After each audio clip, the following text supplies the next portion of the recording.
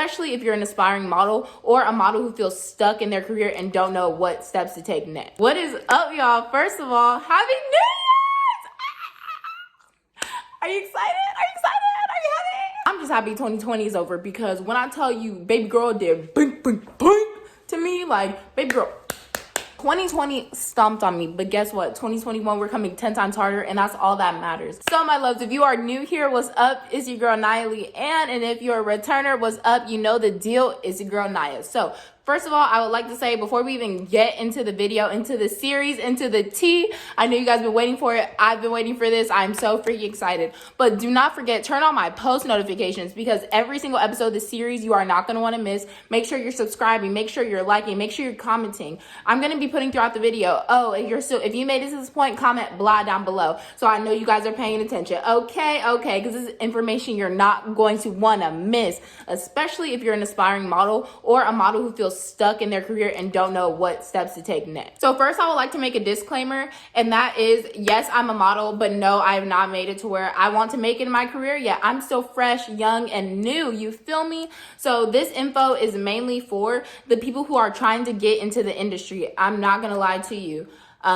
It's hard, and I'm gonna tell you, it's all about consistency, y'all. Even when nobody's paying attention to you, nobody's looking at your pictures, nobody's showing you love, you still got to be consistent. And that's one of the hardest parts about anything that I'm about to mention in the series. But like I said, I'm not where I want to be yet. I'm not Tyra or Naomi yet, because y'all know that's my favorite line. I'm the next Tyra, I'm the next Naomi, so I'm the next one up there, but I'm not there yet. This information, I'm trying to help y'all just get to where I've gotten to, because so many people, they're like, I aspire to be where you are right now, and I'm like, where I am right now, I'm not even where I want to be right now. What? Like, you know, I don't understand it, but young me does. Me, who was searching for this info everywhere, like, consistently, like, since I first decided to be in this industry.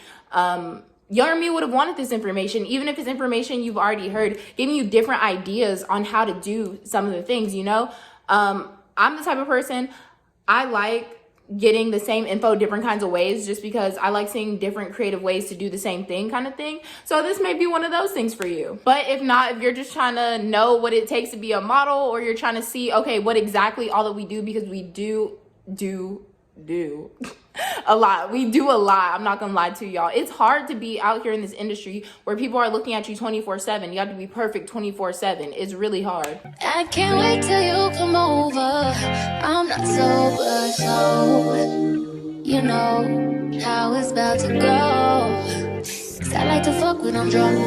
I like to suck. So you want to be a model. Now what? So first of all, you got to decide what kind of model you want to be. So I'm going to list types of models that there are, or model categories.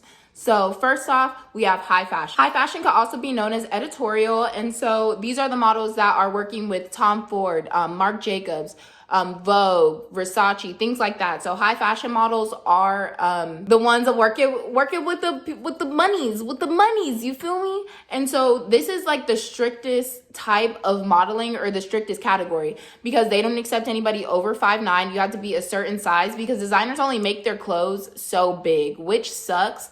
I'm not sure if there are any plus size high fashion models. I'm pretty sure there is, actually, so I'm gonna add some in, because my plus size girls, don't let something like size discourage you, because yes, maybe the whole category isn't for plus size women, but I bet you some of these designers are. So if you're a plus size young lady, or older lady, or mid-aged lady, don't let this discourage you. I'm just giving you information that I have found, that I have researched, and I'm gonna put all the links where I found this stuff below, so you guys can look at it too as well, or if you ever want to go back to. Okay, so next we have commercial modeling. So this is, it's exactly what it sounds like. So the people that you see on commercials, ads, and things like that. And so this type of modeling is actually the most free and diverse from size, from height, and things like that. So if you're a commercial model, you could be 2 feet tall, you could be 10 feet tall, you could be 100 pounds, you could be 300 pounds. Depending on what the brand is looking for, that's what commercial modeling is for. You feel me? So that's why a lot of models, when they first get in, they immediately go and do commercial, or they start off in commercial to get their feet wet and kind of get the feel for the industry, because that's the most accepting. Okay, so next we have swimsuit models, and y'all, if you got body, swimsuit modeling might be for you, because this is more for the more curvier, even more voluptuous women. So if you're skinny but you have a curvier shape, or if you're just a curvy girl in general, swimsuit and lingerie modeling might be for you. So for swimsuit modeling, what it is they do swimwear, sleepwear, anything that's undergarment related. So this might be similar to like the typical Instagram model kind of thing, what people label as Instagram model. But yeah, so that's lingerie and swim. So if you love your body and you love expressing it, showing it, this is for you. Victoria's Secret models are swimsuit and lingerie models. Fenty Beauty models, swimsuit and lingerie models, because that's the products that these people are selling. And one note is you're gonna see that some of these categories intertwine. Some people would think like, oh, okay, so this could be considered commercial work, right? Yeah, it could be considered commercial work, because these models, swimsuits and stuff like that, these swimsuit and undergarment models, it could be considered commercial because they're working for a brand still. So don't think that these categories mean they can't do some stuff of the other categories, because that's not the case in this industry. Okay, next is our fitness models. So these are for the models that are lean, built athletes. For my athletes, this is a gateway into modeling. So if you're interested in modeling, you're an athlete, this might be the right pathway for you. So as you know, fitness models, they do anything fitness. So fitness suits, when you think of Nike, Adidas models, those are fitness models. Fitness models are normally seen in fitness catalogs and commercials. Okay, so next we got parts models. So if you got pretty hands, feet, neck, shoulders, literally anything that could be used to sell anything, parts model. You feel me? So this is also a really good way. Like, I feel like my hands are ugly and long and but if you got some nice little things. So parts models usually work with brands like accessories. So like jewelry, nails brands, even shoe brands would be considered a parts model, because you're only showing it like your ankle up. Anything that's just solely showing parts and not the individual as a whole would be a parts model. Next we have promotional models, and these are the models that you would see in like what are they called, like trade shows, and they have the people wearing the product for them. Those are product models. Definitely something that you can check out if you are interested in promoting like local or even medium to big size businesses products. You do have to be a little well proportioned so that you could fit the standard sizes, because for these promotional models, they're trying to find people that are like dang near like the same type of body that they're trying to get their consumers to wear, so that you know they can see on them. So they usually do like standard sizes or standard proportions. So next we have glamour. So my babies who like putting on makeup, who like slaying every freaking day, this may be for you. So glamour models are, as you can tell, anybody, like any beauty shoot. Like I'm so excited because I just did my first beauty shoot and I thought the pictures were so cute. I didn't even think that I would be like, I could be a beauty model or a glamour model, but y'all, I'm so happy. So glam is centered around appearance, as you can tell. So you got to have the face. Like if you know how to serve a face, baby, like serving face, period, no matter what you have on your face, glamour might be for you, baby, because usually glamour doesn't show full body. It's usually just like your face or like 3/4 shots, things like that. So the models are more curvier than editorial, and they do more suggestive poses. So if you're not comfortable doing the that was not model. You know what I mean by suggestive, like more like just sexier photos, I feel like, then this would be the one for you. Print models. So this is for my babies with clear skin and a pretty smile. So print models are models who are in anything that's printed. So anything, so like commercials, billboards, magazines, catalogs, like anything that's printed, that's what you're in. And so a lot of print models work for brands like, let's say like Gap, Levi's, because you know they have the big billboards and things like that. And so I used to dream about being on a billboard. So if you're a billboard girl and that's like your dream, I would suggest trying being a print model. You feel me? Next is runway. And if you guys have seen my series on TikTok, Practicing My Runway Walk Until I Get Noticed, yes, I'm trying to break into the runway industry as well, okay? And I don't even want no negative comments because I'm working on it. I'm trying my best. I've been taught to walk and then I forgot how to do it. And so, yeah, that's just where we at right now. So if you're going to do runway, this is a stricter, it's like a more strict category to get into, just like the high fashion. It's like high fashion and runway are like the hardest to get into because they have a specific standard, a specific look and everything like that, and they're not really the type to compromise, really. Those industries are now starting to expand and get more diverse, which is so freaking exciting, and it will allow girls like me to be able to, you know, get a chance to be able to get in. Like, yes, I'm skinny and I'm tall, but I'm not the most talented in my walk. So these people may be like, you know, more interested in working with me because I'm willing to work, kind of thing. So that's exciting, because before they would never even, if you don't have your walk on point, they will not work with you, kind of thing. And they look for precise sizes. So they look for a tinier look. And y'all, being honest, I'm not even small enough. Like, it's really hard. Like, so that's why I'm excited for them to start opening up, because, and I'll put my measurements right here because I'm not insecure about my sizes at all, but like, it's just what it is, honestly. And what you're going to learn about this industry is, if you want to be in it, you're going to realize to stop complaining and just work with it. Do what you got to do. You have to see what you're willing to compromise on and what you're not willing to compromise on, because some agencies will come to you and be like, you need to lose 20 pounds to be in this agency, and you're already 130 and you're 5'10". Like, you have to understand your morals and understand what you're willing to do for this dream. You feel me? So some people are willing to starve themselves and make themselves that skinny. Some people aren't. You know, you just have to understand what you're comfortable with. So with all these categories, that was the end of the categories, but with all of them, my first thing is be yourself. Be yourself, be yourself. Do not try to force yourself into a category, because it's not going to work. You're not going to be comfortable. It's going to be way harder for you to learn and adapt to when you could just pick something that you're already comfortable with, work it, get perfect at it, and then start trying to get into other industries. And like I said, I listed a couple of the different categories. This does not mean you can't mix and match categories, be in all of them or none of them or 2 or 3. You feel me? Like, these aren't a one size, like, or you can only do one.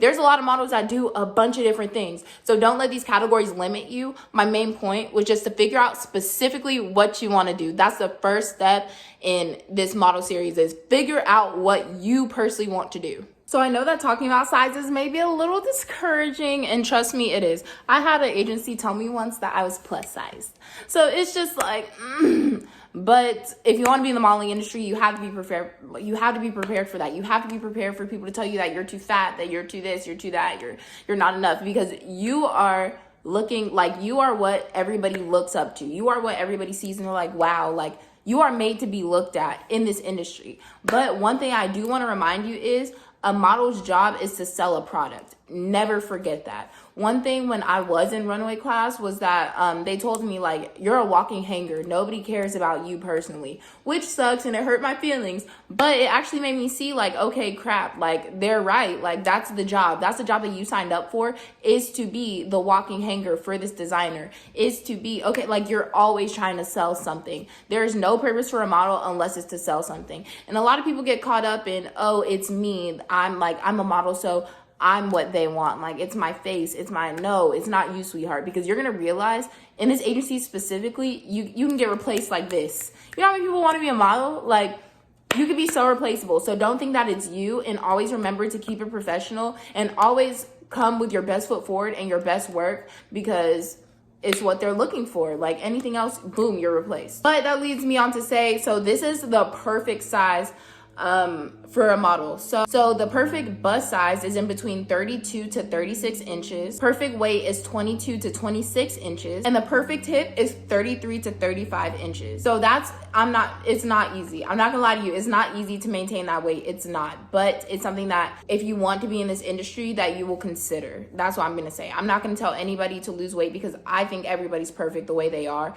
and the way that they want to be specifically. If you're fine with being how you are, then okay, cool, we messing with it. You feel me? But like, I particularly don't change yourself unless you want to, and don't let anybody else's opinion have anything to do with that. It's all up to you. So the next thing, so we decided what you wanted to do, what kind of model you want to be. We decided, okay, so these are the size standards. This is how the size fits into these certain categories. Okay, so now we got to talk digitals. This is something that every model needs, and every single time you change your look as a model, you need new digitals. Okay, and so your digitals are basically your introduction. So they want to see you as a blank canvas. So they want to see little to no makeup. Your hair needs to be either like, if it's like out just like behind your ears so they could clearly see your face, they're gonna tell you. But if it's not like that, they also like to see you with your hair back. So I usually always wear my hair in a bun, just because usually my hair is not straight, it's in a huge afro. So if I'm taking digitals, I always just like to wear my hair personally in a slick back bun. And so for your digitals, all you need to wear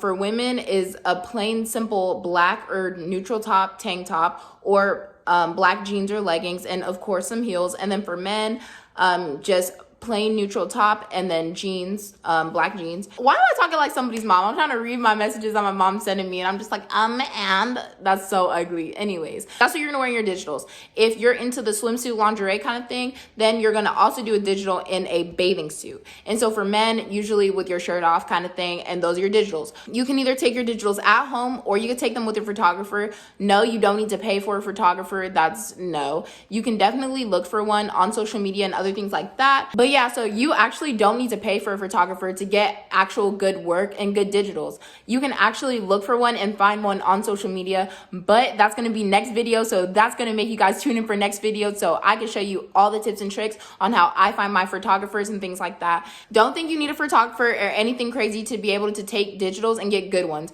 A lot of agencies actually like when you take them on your phone so they can see, okay, this is her with nothing, no editing, no nothing kind of thing. Even though your digitals aren't supposed to be edited at all anyways, some are open to iPhone pictures. So you guys, I just want to thank you so freaking much. I love you guys so much. Thank you for inspiring and motivating me, and even giving me the constant questions to decide to make this series. You feel me? Like, I was not going to make anything like this because I personally felt like I couldn't make this until I hit like my top modeling dream. But a lot of people showed me that, hey, like, shoot, where you are right now is my dream kind of thing. So I was like, F it, like, I want everybody to follow their dreams and do everything that they aspire to do in this life, because life is short. I want everybody to be happy. I love you guys so freaking much.